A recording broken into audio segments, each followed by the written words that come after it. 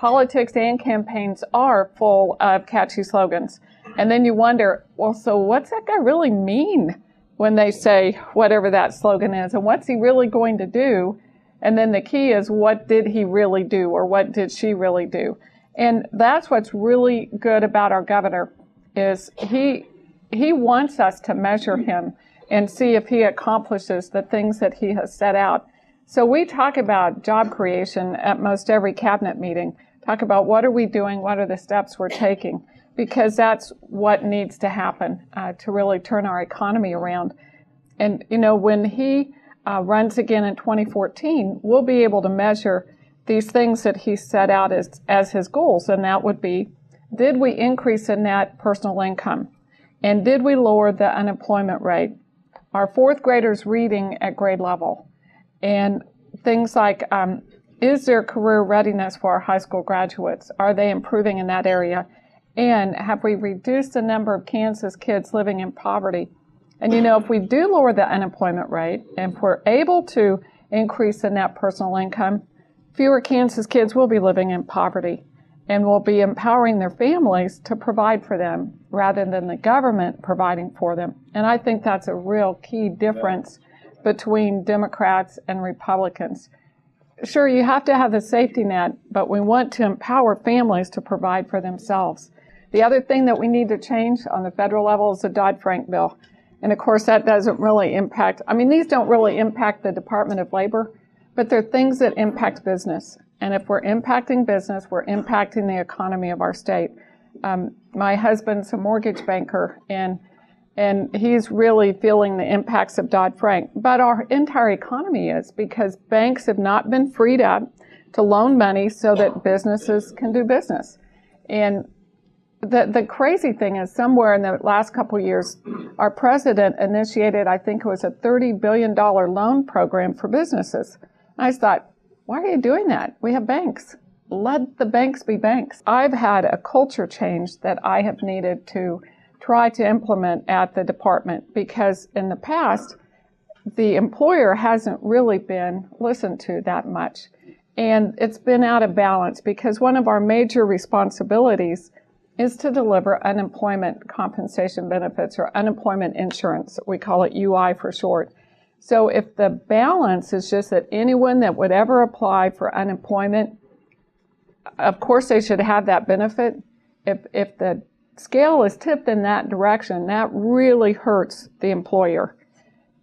We can't get out of balance the other direction, but we've got to be in balance.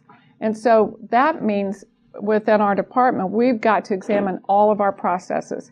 We need to examine, when that call center representative takes the call, what's the information that they are reading to make a decision? And we've had to improve that information. We've had to make sure the tail wasn't wagging the dog, make sure our legal people are the ones that have interpreted the statutes. It's been interesting to find things like, well, in the previous administration, the statute said there had to be a certain minimum income before someone was even qualified to get UI benefits. Well, that didn't matter. They got them anyway. Well, that's not the right way to do it. So we're following the statute. And as we uncover these things, they get changed that day. They get changed quickly. We don't wait to change them. When things like that are that out of sync and that wrong.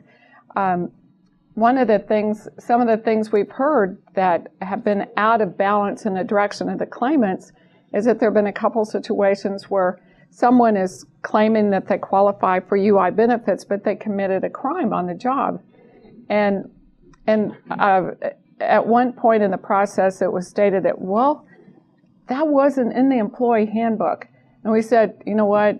That doesn't matter if it's not in the employee handbook. We don't expect you to write all of the Kansas statutes in your employee handbook.